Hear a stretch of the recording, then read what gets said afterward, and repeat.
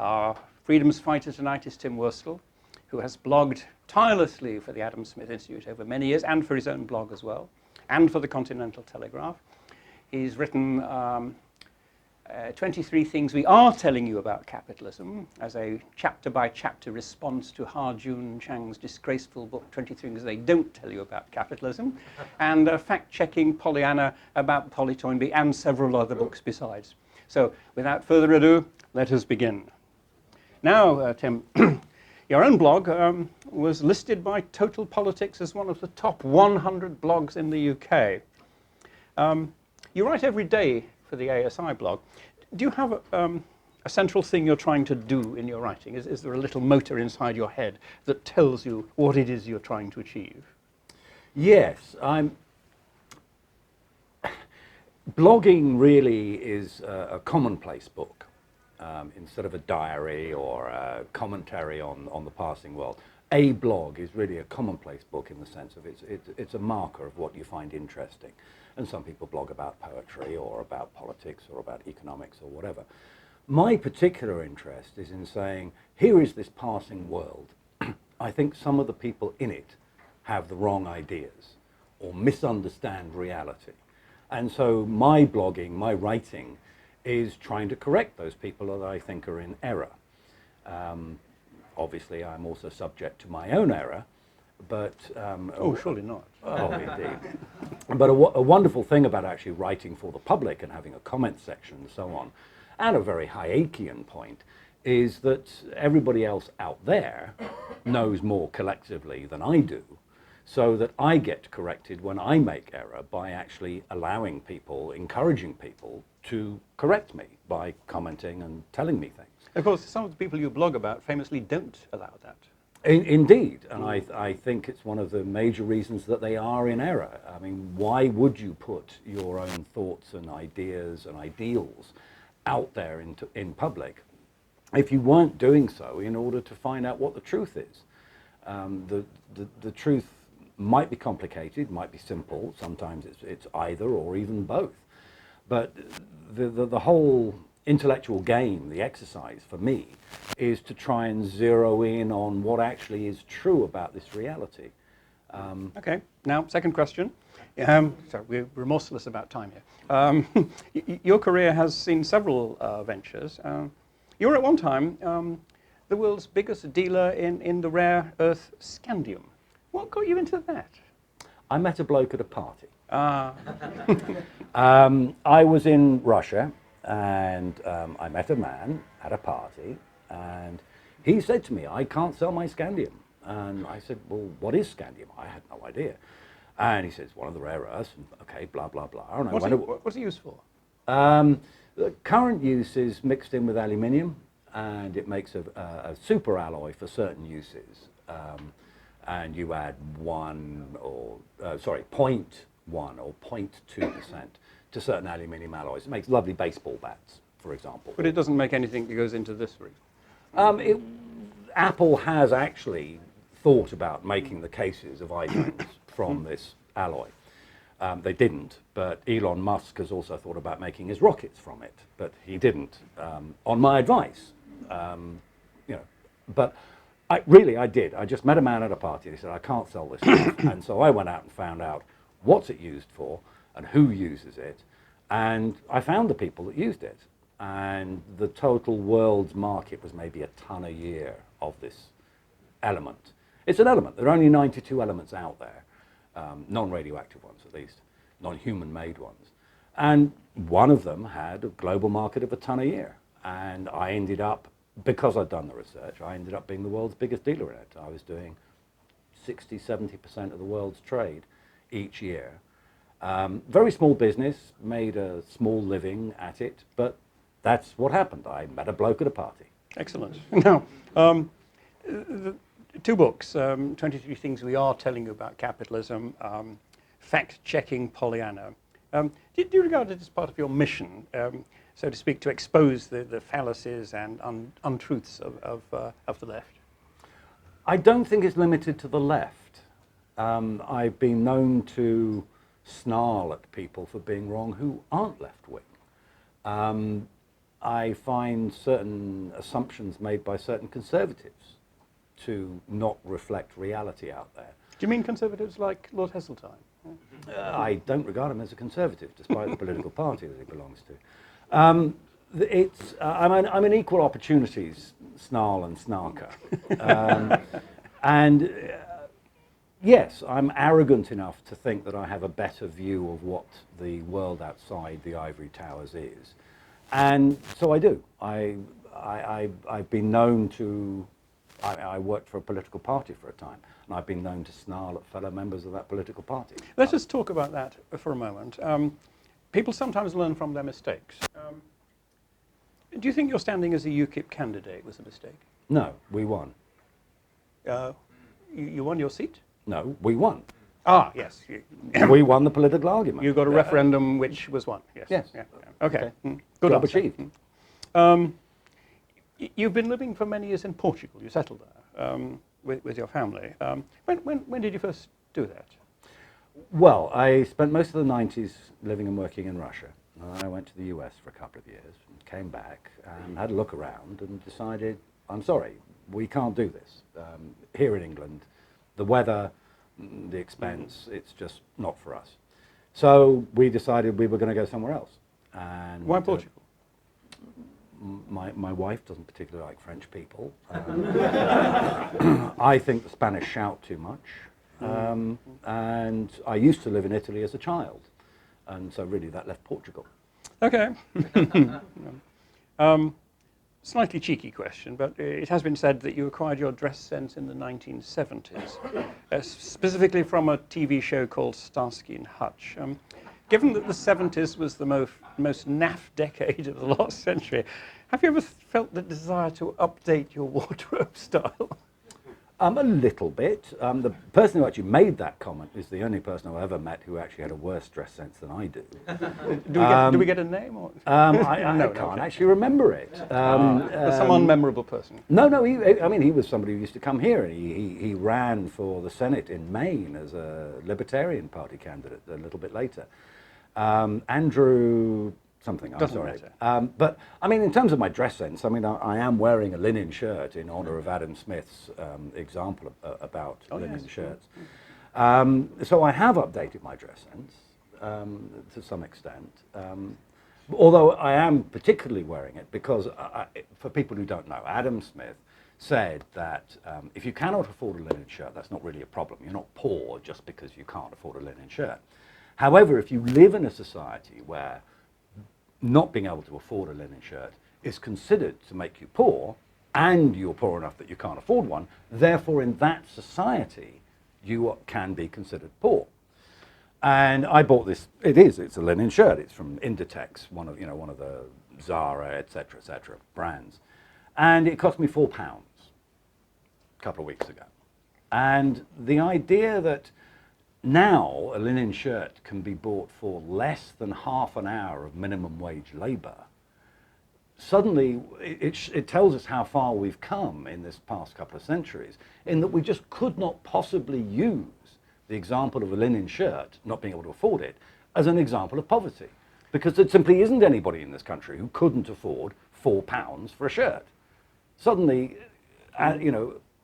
thus... My guess would have been that in Adam Smith's day, it probably took, what, a week or a month of labour to afford a linen shirt? I don't know. More than half an hour. Oh, much more. I mean, there is a good estimate of a medieval, before any mechanization of weaving and spinning and so on. There's a good estimate of a doublet, so quite an ornate shirt, would have taken about 3,500 hours of human labour to manufacture.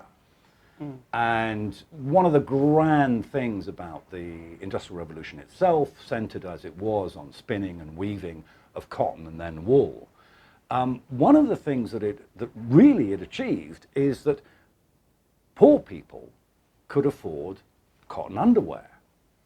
Now, anybody who's ever worn woolen knickers will know this is an advance in civilization. Woolen knickers were an advance on sackcloth, by the way. Indeed.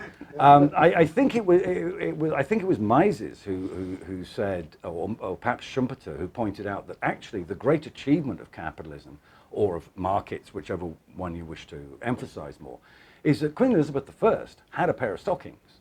We actually know the day she was given as a present her first set of stockings. But what capitalism and markets achieved was that the girl making them in the mill could also have a pair of stockings. The thing that is achieved by this socio-economic system is making things cheap so that everybody can have them. My linen shirt. Now, you dealt at one stage in nuclear scrap. I was fascinated by it. Was it dangerous? Doing business in Russia was always dangerous. There were people getting shot. This was before the collapse of the Berlin Wall and the Soviet system, or after it, or both? Okay, I first got there after the Berlin Wall fell. Okay. But while it was still the Soviet Union. So in that interregnum is when I first got there. It's Wild West phase. Yes, the Wild East, and there wasn't quite as much law as the Wild West. But was nuclear scrap dangerous? No. I was dealing with stuff that hadn't actually been irradiated. There was... You've all seen the videos of a nuclear power plant being refueled. You know, there's a long tube that a robot sticks into the... Graphite rods or something? Well, they're next to the graphite rods. And it's a special alloy of zirconium that's used. And the bottom of a nuclear power plant is curved. So you manufacture the tubes to one length, because you always manufacture things to one size. But to fit them into the power plant, you've got to cut the end off, because it's a curved bottom. And I was buying the offcuts, the bits that were cut off the bottom. So it hadn't been in a nuclear reactor or anything, but it's a very special alloy, and it's only used in the nuclear industry. And you never recycle something for the nuclear industry. Everything in nuclear is always made from new material, new metal. You never recycle anything. And so there were these piles and piles all over the Soviet Union of this rare alloy, weird alloy, that you couldn't recycle into what it was made for. And a friend of mine here in London had actually worked out that you could take this alloy and you could make it into the aluminium wheels or mag alloy wheels for boy racers on their cars. It could be used to do this as a little addition. And so we had a lovely little business for about 18 months, buying up these piles of this nuclear scrap, shipping it to Rotterdam. And I'm sure there are still people driving their Ford Escort XR2s or whatever with flashy wheels from Soviet nuclear scrap. That you might have had a hand in the production of. Who knows? The shipping of, yes. Yeah, the shipping, okay. How and when, I mean, you're obviously a noted, prominent supporter of free peoples and free markets. That's indeed why we're here tonight. How and when did you first come to that position? Well, I've mentioned that I spent time in Russia while it was still the Soviet Union, and I couldn't go beyond the Iron Curtain while it still existed. My father was in the UK's nuclear, military nuclear business, and it was just thought not a good idea. The moment the Berlin Wall came down, everybody said, okay, fine, go wherever you like. And a couple of weeks later, I was at Karl Marx University in Budapest, asking, well, what can be done? And there was somebody we knew that I could talk to about this, and what are the specialties that might be exploitable behind what used to be the Iron Curtain. By the time a year had gone, I was in Moscow, asking the same sorts of questions, pottering about, until I met this man at a party and started doing scandium and stuff. And I do remember that I was there before Boris Yeltsin, let me think, he was president of Russia, but Gorbachev was still General Secretary of the Soviet Union in this little interregnum period. So something like 1989 to 1991. Yeah, 1990 I was definitely there. And they still had food rationing. And you had ration shops and so on. And I had a very reasonable income by the standards of that time and place. I had a per diem of $100 a day in order to pay for my hotel and food and so on. This was about, at the black market exchange rate, about a month's income for a Russian professional engineer or something like this. It was physically difficult to find food. I was, even with this amount of money in my pocket, a month's money every day I had in my pocket. It was physically difficult. I was spending a couple of hours a day hunting for bread and eggs and things, just so I could have egg on toast, or some potatoes, egg and chips. The idea of actually buying a piece of chicken, I didn't even bother.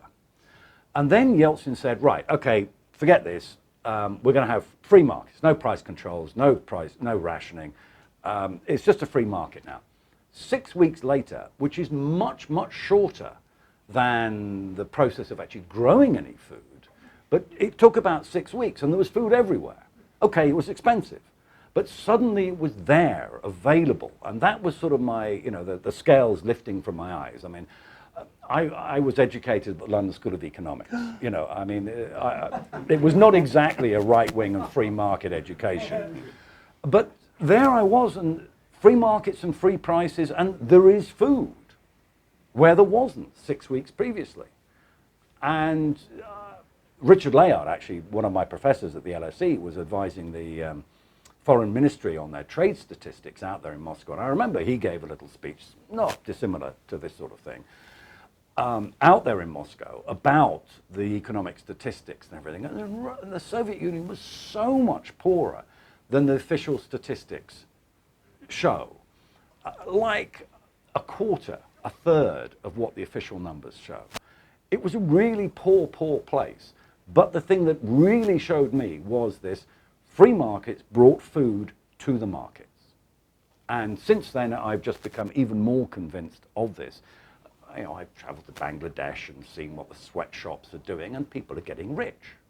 Superb, lovely, that's what we all want, but it's markets that do it, and that's what I shout about. The death was announced yesterday of Paul Allen, the co-founder of Microsoft. I met him at a Soyuz rocket launch. I am told that you actually aided Russian rocket launches. How did that come about? Someone somewhere had to take responsibility for an export license. When you send a rocket up, there's a lot of radiation in space, and so you can't use standard computer chips. You have to use something that's called rad hardened, so that they still work in space subject to all this radiation from solar particles and all this sort of stuff. And there are military uses of these chips. So someone somewhere has to sit in the middle and say, I agree that if this chip is used in a military program instead of in this Soyuz rocket program, then I agree that you can send me to jail for 20 years. And I was the guy who did that for several of the launches. Did you get sent to jail for 20 years? No, okay. No. I also got well paid for taking that risk.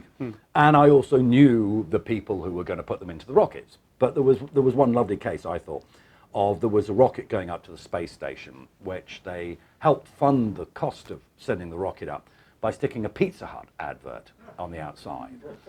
And I actually do know that the chips that I had got the export license for were the ones that went into that rocket that went up. And I thought that was just a lovely example of capitalist greed helping the poor ex-socialists getting a rocket up to stop the astronauts starving. Now, we do what we call quickies about your personal preferences. Beer or wine? Beer. What kind of beer? Bearing in mind you live in Portugal. Okay, well, there are only 2 beers in Portugal, and it's Superboc, not Sagres. Okay. Is that a lager type beer or an ale? Yes. Type? Yes, it is. Yes. A Pilsner. Yes. Okay. What's your favourite snack? Bacon. Snack? Bacon. That's a meal. That's not bacon. A snack. I mean, it's always just bacon. Okay. What kind of music do you like? J.J. Cale. Could you tell some of the less informed of us what that is? Blues influenced, country influenced, folk rock. And I mean, he wrote a couple of songs that Eric Clapton then covered. Cocaine by Eric Clapton was written by him. And I'm desperately trying to remember the other song that he did, After Midnight. Yeah. Now, given the amount of writing you do every day, I can't believe you ever actually take a holiday. But if you did, what would be your ideal one? I did take a holiday last week. I went to Naples, where I used to live as a child, and I was 10 when we left. And I was really very surprised to find that Naples had shrunk by about half in the 40 years since. Really? I think it might be that I'm twice the height that I used to be. What's your favourite cuisine? I've just come back from Naples, so it has to be Neapolitan. But this is to do with the tastes of childhood. You know, my first real memory of enjoying food is of pigging out on Neapolitan pizza from proper wood-fired ovens with real, you know, tomatoes grown in the Italian sunshine, and yeah, et cetera, et cetera, et cetera. Presumably these pizzas would have more than 928 calories. Well, yes, they're actually about the size of your head, and they're also considered to be a starter there. Now, I don't know if people realize this, but in southern Italy, certainly, maybe not so much in the north anymore, but you have primi and secondi. Primi is your first course, and it will be antipasti, which means instead of pasta, and this will be your salamis and hams and stuff, or spaghetti, or pasta of some kind, or a pizza. That's your first course. And then you move on to the meat or the fish. That's your secondi. And yeah, I mean, I would be twice the size this way if I still lived in Italy. Do you follow any sports at all? Rugby. Favourite team? England. Ah, okay. So we're talking rugby union then, yeah? There's another kind? I've heard it said by people from the north. No, I grew up in Bath. Bath is obviously going to, you know, a Bathonian will obviously be following rugby. The Association Football Club is in something like the Beza Southwest Home League's Division 2, and the Bath Rugby Football Club is still one of the better clubs in the country. So. Now, as well as writing on blogs, you've also written for the Times, the Telegraph, Forbes, Wall Street Journal, New York Times, and even the Guardian, and of course your most prestigious paper of all, the Daily Sport. First of all, the first question is: do you actually pitch pieces to them, or do they come to you asking for pieces? And well, I'll go on that first. No, standard practice is that unless you're a known name and, you know, actually with a contract with a paper, you pitch a specific piece. You say, I have an idea that I would write about this, and this is how I would treat it, and do you want it? The only time that hasn't been true is when the New York Times has asked me to write for them, but then they did that twice and decided they didn't want to do that anymore. So maybe that's not really how it works. And you almost invariably write about, you know, the values most people in this room would hold, namely free markets, freedom from state controls. When you're pitching, do you overtly, you know, say, I want to write a piece that argues for freedom, economic and social freedom? No, that's not really the way that pitching to an editor works. It's much more useful, you know, this is freebie advice to would-be journalists. It's much more useful to be able to say, look, here is the standard story, and here is the twist which shows that it's really not quite right, and I can prove that this is not quite right. Now, to go off a current subject, say you were talking about kidney transplant. The twist is there is only one place in the world that doesn't have a queue of people dying because they don't have a kidney transplant. There is also only one place in the world that actually pays live donors for their kidneys. The fact that the both are the same place, Iran, is what makes it interesting. Now that's a nice twist, and that's how you pitch a story. You have to be able to say, look, no, this isn't just the same old thing. Here is some number, here is some statistic, here is some fact that turns the conventional wisdom on its head, and that's the way to get a piece taken. Sorry. Yep. That's how I find that editor will take a piece from me. There is, in fact, a Daily Mail journalist here in the room, and she will probably tell us all that that's completely wrong, but this is the rules that only apply to Tim Worstall. At one stage, you produced computer games. You've had so many careers, it's actually difficult to keep track of them. What was your best computer game like? Well, the reason for so many careers is that I've proven not to be fabulously wonderful at any of them. But the best computer game we did was Another World. My original idea of going over to Russia or to the Eastern Bloc was that if they have terrible computers, but they can still send rockets up into space and so on, then their software must be pretty good. People are optimizing for the scarce resource, a fairly standard economic idea. And so programmers should be better at writing for small memory blocks and slow processors and so on. And this was true. And it was, Another World was a very popular MS-DOS game, and everybody said, there is no way that anybody can make it a Windows game because of the memory management problems. It just wouldn't be possible. And we were asked, do you think you can do it? And me being me, we just sort of said, yes, of course. And so I got the contract, and then I found people who might be able to do it. And we did. And we made Another World for Windows, and I'm listed as the producer of it. It works.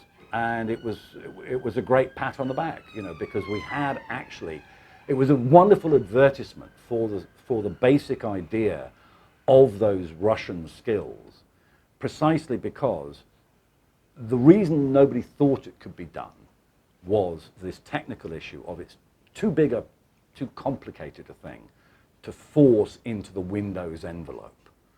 But we did it, and it worked better than the original MS-DOS program. And there are people since who have made tens, hundreds of millions of dollars. But you didn't? I didn't, no. I just made a wonderful living and got a lot of fun. Look, last question, we're out of time. What do you rate as the most outrageous folly committed by our opponents? It's a little like this story about, do I shout at the left or not? No, it's not a folly that I think it's just our opponents that miss. I think there are some people on our side. I think a little bit, say, of the Randian objectivists who tell us that this is the way the world ought to be, and human beings should react this way. And I think that is the gross error. Okay, with our opponents, if only new Soviet man had actually arrived, then the Soviet system would have worked.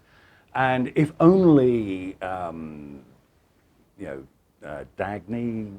what was it? Taggart, actually did design railways, then maybe the railways would work. But no. We have to deal with human beings as we all are. We're flawed. We have problems. We're subject to hyperbolic discounting, and all sorts of things that we know about human beings. We're often driven by emotion, not rationality, and so on. Great, fine. So therefore, we must design our system, whatever system we're using, socio-economic system. We must design the system that it takes these known flaws of human beings and gets a good result from them. So, human beings are greedy. Yeah, often. Okay, so fine, it's capitalism. We want the greed, to be put to good use. Human beings are often lazy. All right, fine. So people take more of their wealth as leisure. That's great. That's super. That's what they want. The one system we've ever come across is this free market and capitalism mixture that manages to harness the flaws of human beings into gaining a good goal. There is one left-wing economist who I think poses the great question for us. Brad DeLong, he was a Clinton administration official, and often I disagree with him, but on one particular subject, he's an economic historian, and he loves presenting the chart of global GDP or GDP per capita. And it's flat, and then 1750, suddenly the chart goes like this. What the hell happened in 1750?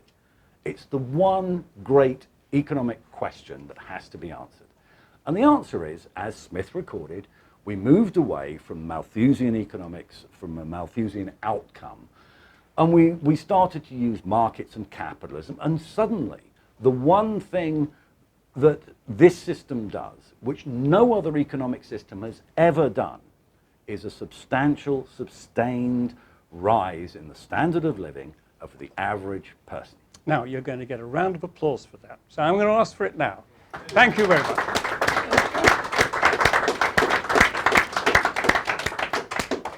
There's wine to be enjoyed downstairs, and our speaker's going to join us.